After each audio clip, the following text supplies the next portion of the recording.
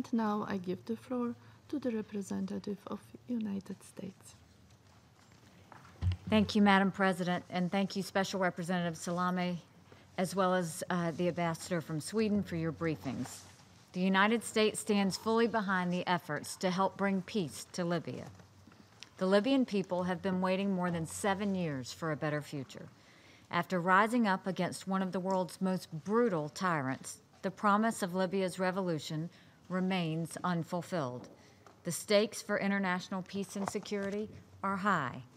Libya's insecurity doesn't just affect Libyans. Groups like ISIS have taken advantage of the conflict to put down roots. Loose arms from Libya are fueling violence from the Sahel to the Sinai. Brutal militias conspire with criminal gangs to smuggle migrants to Europe. The lawlessness in Libya is an issue that concerns us all. Last year, a horrific video emerged that captured the world's attention. It showed migrants being sold into slavery in Libya. It was sick and inhumane. There is no place in our world for slavery. We must never tolerate the conditions that could allow such a barbaric practice to occur. Sadly, human rights abuses against migrants occur all too frequently in Libya. One desperate survivor of a Libyan detention facility told Doctors Without Borders recently, quote, "I've endured 2 months, 3 weeks, 1 day, and 12 hours of hell." We can only imagine how many thousands of migrants are enduring their own hell in detention facilities right now. This is a crisis that calls for immediate action from this Security Council.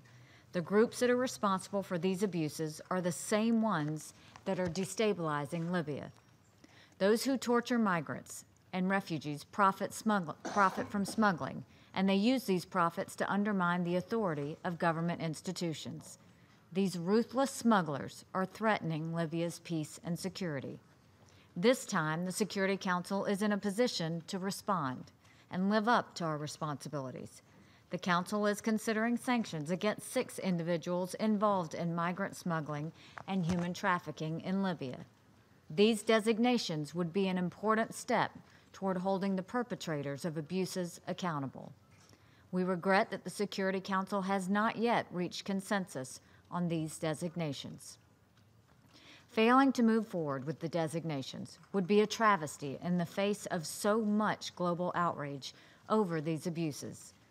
There is strong regional support for these designations, and the evidence showing the involvement of the 6 people is clear. So the United States hopes that the Security Council can move forward with these sanctions designations as soon as possible to deter further abuses. In the meantime, we continue to encourage the Government of National Accord to work closely with international agencies to assist vulnerable migrants and refugees. The International Organization for Migration and the UN High Commissioner for Refugees have done good work. They are helping to repatriate migrants in a safe and voluntary manner from detention facilities and assist those with claims to protection. IOM and UNHCR must be able to continue these important efforts. In the long run, of course, addressing Libya's instability requires a political solution. That is where Special Representative Salame's work comes in. The United States is a firm supporter of the UN dialogue. This should be the only mediation process. Separate international initiatives will distract from the UN's efforts and undermine prospects for national reconciliation.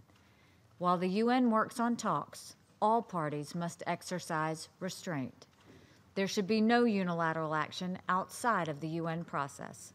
Political spoilers must stop undermining the dialogue and engage with the UN in good faith. As Special Representative Salame has said, the Libyan people are eager for elections to bring an end to interim governments and political transitions. So we appreciate the progress the UN has made to prepare for elections. These elections must be well prepared so we do not end up with any further instability. There is a strong international consensus that for the elections to happen, there needs to be a constitutional basis. The United States stands behind this consensus. Libyan leaders need to commit to both the election process, and to respecting the will of the Libyan people.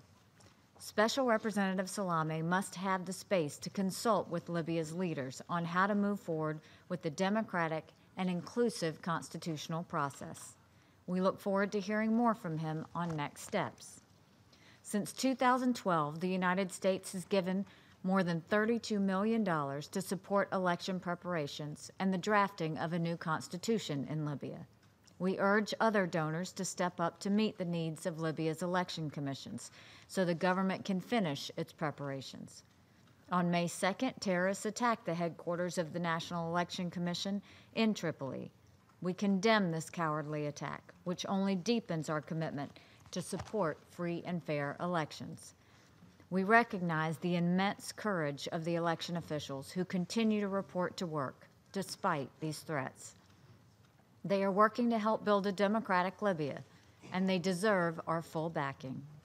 It's people like these we need to remember in the Security Council. We need to support the Libyans who are pushing for peace instead of those fighting for their own selfish interests. Those Libyans who are holding out from the UN process need to understand that they must come to the table. Despite all the insecurity, there is hope. One 24-year-old student named Salim, who participated in the 2011 revolution, recently attended a workshop on reconciliation. Reflecting on his experiences, Salim said, quote, "I refuse to take part in an act of vengeance. That is not what 2011 was all about. And if we can be reminded that our aspiration was freedom and a better life, we might start thinking differently." Salim is right. It is long past time for Libya's leaders to put aside their narrow agendas and instead think about the aspirations of the Libyan people. It is long past time for Libyans to come together around the cause of a stable, unified, and democratic government. The United States will not hesitate to use all of the tools we have to help Libyans achieve this goal. Thank you. I thank the representative of United States for her statement.